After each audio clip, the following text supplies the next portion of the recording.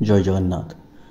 वृष राशि शासक ग्रह शुक्र, पृथ्वी तत्वर राशि, शुभ रंग गुलाबी सबुज, शुभ दिन शुक्रवार। आउ हीरा पन्ना शुभ रत्न बोली कह जाए। जेहेतु शुक्रंकर राशि तो आम ये सफारी भी पिंधि पारिबा।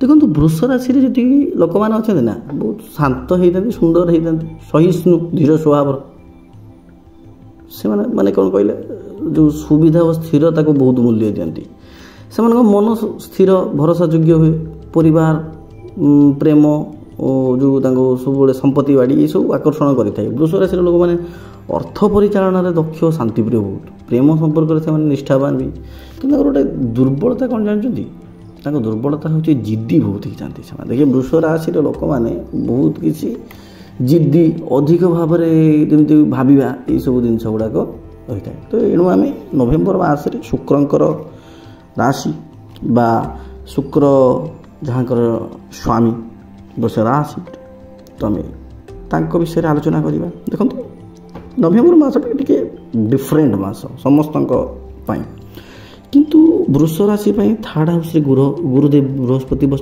कम्युनिकेशन हाउस रे तो देखिए आप बहुत भल भल लोकों साथ मिसबे मसरे शुक्र। किंतु जेहेतु शुक्र टे खराब राशि रे अच्छा तो वृष राशि रे शुक्र जेहेतु स्वामी खराब जगह अच्छा देखिए आप देखिए माने 5 अच्छा किंतु खराब राशि रे निज राशि तो प्रथम 2 दिन देखिए आप 1 ରୁ 2 तारीख ना आप नवेम्बर मासरे देखिए बहुत किसी डिफरेंट जिनस हम हेल्थ इश्यू ये 2 दिन देखिए आप जो एनर्जी लॉस आपणकर देखिए पेट संबंधी प्रॉब्लम ये सब आसो।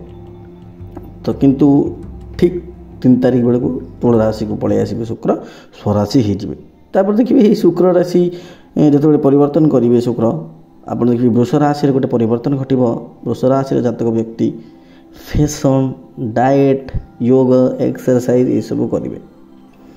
तो ये भाव में 8 तारीख जाए देखिए बुध मंगल ज्योति तो बुध मंगल ज्योति देखिए आपंकर पैसा इनकम जी हम लोन आपंकर जदि थी EMI कटिज क्या धन देदेवे ये सब हम।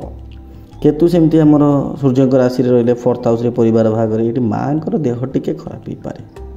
यहाँ 15 तारीख जाए रे देखूँ 15 तारीख जाए देह खराब हो पाए किंतु ठीक 15 पर आप देखिए माँ हो परिवार लोकंर हो ये सब जिन बिल्कुल ठीक हो। 17 ରୁ 30 तारीख भितर स्थान परिवर्तन योग रोचे तीर्थयात्रार योग रोचे बहुत बढ़िया सुजोग अच्छी। किंतु आम ये देखा संतान भाव संतान जी बड़ संतान आपंकर होना देखिए सी कौटी झगड़ा बाद बद कि कौटी जब किसी कम कर जॉब कर देखिए से उपरस्थ कर्मचारी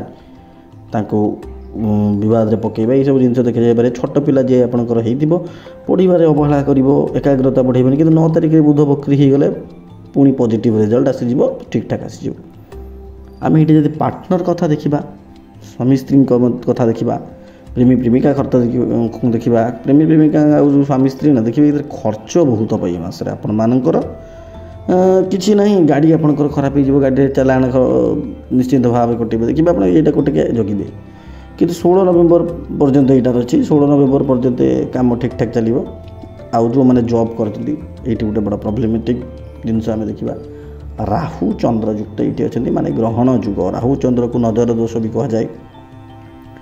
कौ प्रकार कष्ट देखा आम कहवा कम देखिए आप कम चलती बंद होकर बहुत जिनस गोटे फाइनालाइज फाइनालाइज पर देखिए आप पुणी सी कमटा पुणी सी जमी आमर सबू ठीक पर किसी रिजल्ट न थाए से भाई आप देखिए। तो यहाँ गोटे प्रॉब्लम जिनस आम देखु वृष राशि देखिए आपण मैंने किसी 9 नवेम्बर परिवर्तन आसो पैसा 8 तारीख जाए पैसा बाधा आसो 9 तारीख पर टी ठीक आसो किंतु पुणी देखिए सी 15 तारीख पर किसी ना कि प्रॉब्लम पुणी आसीज। ए मसरे वृष राशि एतेटा खास नुह आम प्रेडिक्शन करी केपी प्रेडिक्शन करुचु आम नाड़ी कुंडली प्रेडिक्शन करुचु तापर आम आपण आगे उपस्थापना करुचु। तो निश्चित भाव में मुझे कहि आमर टीम जी लोक जी ज्योतिष शास्त्र रे जानी अभिज्ञता लोक देखी वृष राशि ମୁଁ ମତ ଦେବି ନଭେମ୍ବର ମାସ 100ରୁ 40% ଭଲ।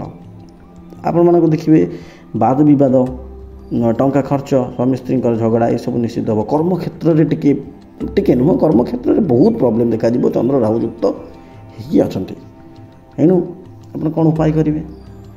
ଓମ୍ ଶୁକ୍ରାୟ ନମ, ମହାଲକ୍ଷ୍ମୀ ଦେବୀଙ୍କୁ ପୂଜା କରିବେ। ଓଂ ଦ୍ରାଂ ଦ୍ରିଂ ଦ୍ରୌଂ ସହ ଶୁକ୍ରାୟ ନମ, ଏହି ମନ୍ତ୍ର ଜପ କରନ୍ତୁ। ମହାଦେବକୁ ଆପଣ ନିଶ୍ଚିନ୍ତ ଭାବରେ ପୂଜା କରନ୍ତୁ। ହନୁମାନ ଚାଳିଶା ପାଠ କରନ୍ତୁ। ଦେଖିବେ ଯେଉଁ ପ୍ରୋବ୍ଲେମ୍ ଆପଣଙ୍କର ଚାଲୁଛି ନିଶ୍ଚିତ ଭାବରେ ସେସବୁ ଆପଣଙ୍କର ଦୂରୀଭୂତ ହେବ। ଆଉ ଶୁଣନ୍ତୁ, ଆପଣ ଯଦି ନିଜର ଜାତକ ଜେନେରାଲ୍ ପ୍ରେଡିକ୍ସନ୍ ତ ଆମେ ଏଇଟା କହିଲୁ, ନିଜର ଜାତକ ଦେଖିବାକୁ, ନିଜ ଜାତକ ବାବଦରେ ଜାଣିବାକୁ ଚାହୁଁଛନ୍ତି, ନିଶ୍ଚିନ୍ତ ଭାବରେ ଆମ ଡେସ୍କ୍ରିପ୍ସନ୍ରେ ଦିଆଯାଇଥିବା ନମ୍ବରରେ କଣ୍ଟାକ୍ଟ କରନ୍ତୁ। ଆମେ ଆପଣଙ୍କର ଜାତକକୁ ଭଲକି ପରଖି ନିରୀଖି ଜ୍ୟୋତିଷ ଶାସ୍ତ୍ର ଅନୁଯାୟୀ ଦେଖି ପ୍ରେଡିକ୍ସନ୍ ଜଣାଇବୁ। ଜୟ ଜଗନ୍ନାଥ।